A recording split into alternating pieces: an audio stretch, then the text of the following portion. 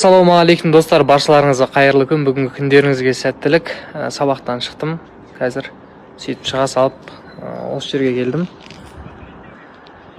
Достар, негізі шыны керек, мына өмірде Алла тағала өзінің бар екенінен хабар бермегенде, немесе пайғамбарларымыздың бар екенін білмегенімізде, бұндай қасиетті жерлердің бар екенін білмегенімізде, бұндай қасиетті жерлер болмаған кезде, мына өмір, мына дүние, жалпы жер планетасы мүмкін жындыхана болып кететін беді адамдар үшінші.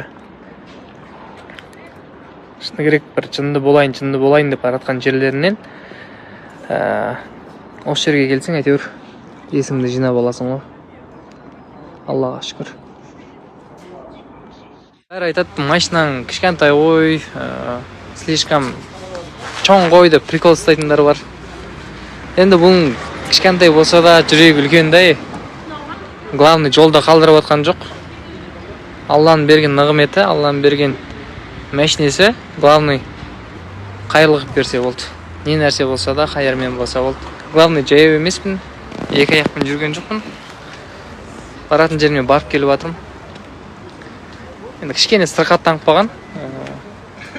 Енді машина тұрмақ адамның өзі кейде ауырып қалып жатады ғой. Сол себепті анда-санда көңіл бөліп тұрған дұрыс. Қауымы бизи горилла ішпеңдер, андай электронды тартпаңдар, андай асфальтқа отырмаңдар, цементке отырмаңдар, андай темірге отырмаңдар, а то бүйтіп қаласыңдар, өйтіп қалады,